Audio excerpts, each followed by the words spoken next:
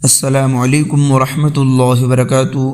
محترم المقام قابل صد احترام عزیز ساتھیو، ہم تہ دل استقبال کرتے ہیں ہمارے چینل مولانا سعاد آفیشل یوٹیوب چینل پر۔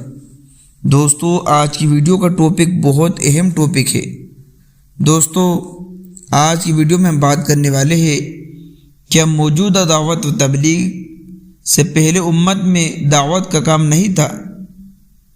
دوستو، اس کی کیا وضاحت ہے اور کیا سچائی ہے؟ کیا یہ کام پہلے سے ہے یا ابھی یہ کام چالو ہوا ہے؟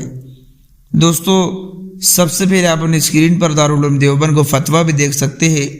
اس میں ایک صاحب نے کیا سوال کیا ہے؟ سوال: کیا موجودہ دعوت و تبلیغ سے پہلے امت میں دعوت کا کام نہیں تھا؟ دوستو، اب جواب سنیے۔ جواب: یہ صحیح نہیں ہے۔ دعوت و تبلیغ کا کام ہمیشہ ہوتا رہا۔ علماء اپنے مواعظ حسنہ و بند نسائی کے ذریعے، تعلیم و تدریس کے ذریعے، ترجمان قرآن کے ذریعے، اپنی علم فقہی مجالس کے ذریعے، بزرگان دین اپنی اپنے خانقاہوں میں اصلاح باطنہ، تزکیہ نفس کی خدمات انجام دیتے رہے اور انہی کے ذریعے ہندوستان میں اسلام پھیلا ہے۔ البتہ حضرت مولانا الیاس صاحب رحمۃ اللہ علیہ کا طریقہ کار نہ تھا۔ واللہ اعلم۔ دارالفتاء دارالعلوم دیوبند۔ تو دوستو، یہ تو تھا فتویٰ۔ اس فتوے سے دوستو ہمیں کیا بات پتہ چلتی ہے؟ جو تبلیغ کا کام ہے دوستو، اب اصل بات تو یہی ہے کہ سب سے پہلے کہ تبلیغ کیا ہے۔ دوستو، ہم کیا سمجھتے ہیں کہ تبلیغ صرف یہی ہے کہ اللہ کے راستے میں نکل جانا یا دعوت و تبلیغ کا کام کر لینا۔ دوستو، اس فتوے میں علماء کرام نے کیا کہا ہے کہ تبلیغ کا کام ابھی سے نہیں ہے، یہ صحاباؤں کے، نبیوں کے دور کا کام ہے۔ دوستو، اس کام کو نبیوں نے کیا ہے، اس کام کو نبیوں نے کیا ہے اور یہ کام اب ہم تک پہنچا ہے کہ آپ صلی اللہ علیہ وسلم کے صدقہ طفول کے اندر یہ نبیوں والا کام اب اس امت کو دیا گیا ہے۔ دوستو، دعوت و تبلیغ کیا ہے؟ علماء اپنے مواعظ کے ذریعے سے لوگوں کی اصلاح کرتے ہیں، لوگوں کو دین کی طرف بلاتے ہیں، لوگوں کو دین کی دعوت دیتے ہیں۔ دوستو، یہ بھی تبلیغ ہے۔ تعلیم و تدریس کے ذریعے، یعنی جو طالب علم ہوتے ہیں، جو مدارس میں پڑھائی کرتے ہیں، دوستو ان کے ذریعے سے بھی یہ تبلیغ کا کام ہوتا ہے۔ وہ ترجمان قرآن کے ذریعے سے، جو ترجمان ہے، جو قرآن کریم پڑھ رہا ہے، ان کی آیتوں کو ترجمان بن کر لوگوں کو دین کی طرف دعوت دیتا ہے اور دین کی طرف بلا رہا ہے۔ تو دوستو، یہ بھی دعوت و تبلیغ ہے، کیونکہ وہ قرآن کے ذریعے سے لوگوں کی اصلاح کر رہا ہے۔ دوستو، تبلیغ کا کام یہی تو ہے کہ لوگوں کو برائی کی طرف سے ہٹا کر اچھائی کی طرف لانا، یہی تبلیغ ہے اور یہی تبلیغ کا مقصد ہے۔ تو دوستو، اس مدارس کے ذریعے سے بھی یہ کام ہو رہا ہے اور ترجمان قرآن کریم کے ترجمے کے ذریعے سے بھی لوگوں کی اصلاح کر رہا ہے۔ دوست، سب کا طریقہ الگ ہو سکتا ہے، لیکن دوستو کام ایک ہی ہے، یہی وہ تبلیغ ہے۔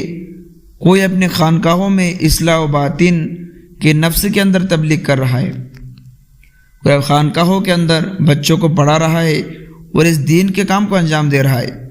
دوستو، گھوم پھر کر بات یہی پہ آتی ہے کہ دعوت و تبلیغ کے کئی شعبے ہیں۔ ہمیں کوئی ایک شعبہ نہیں طے کرنا ہے کہ ہم اللہ کے راستے میں نکلیں گے، دعوت و تبلیغ کے کام کے اندر جائیں گے۔ تو دوستو، یہی ہے دعوت و تبلیغ کا کام۔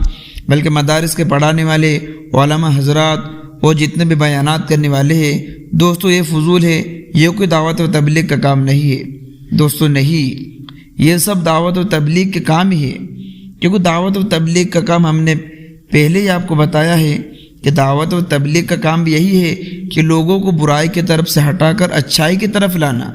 تو دوستو، کیا مدرسے والے برائی کی طرف سے ہٹا کر اچھائی کی طرف نہیں لا رہے؟ کیا بچوں کو دین کا علم نہیں دے رہے، قرآن کا علم نہیں دے رہے؟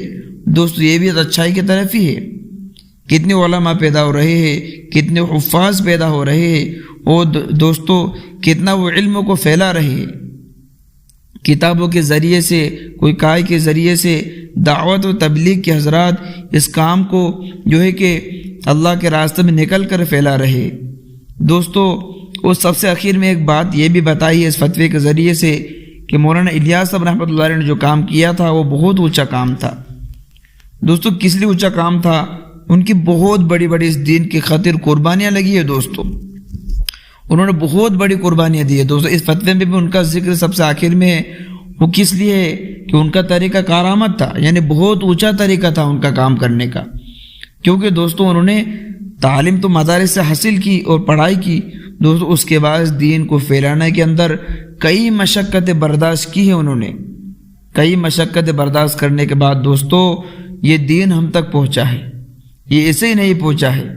تو دوستو سب سے جو بڑی خرابی ہمارے اندر ہے کہ ہمیں کسی ایک چیز کو دعوت و تبلیغ کا کام سمجھ لینا نہیں دوستو، بلکہ ساری جو بھی اصلاح کے ذریعے ہے وہ بھی دعوت و تبلیغ کا کام ہی ہے۔ تو ہمیں سب کو لے کر چلنا ہے، ہمارے دل کے اندر کوئی بھی اختلاف ہمیں نہیں رکھنا ہے کہ یہ تو علماء ہے، یہ تو صرف مدارس میں ہی پڑھے رہتے ہیں، اللہ کے راستے میں نہیں نکلتے۔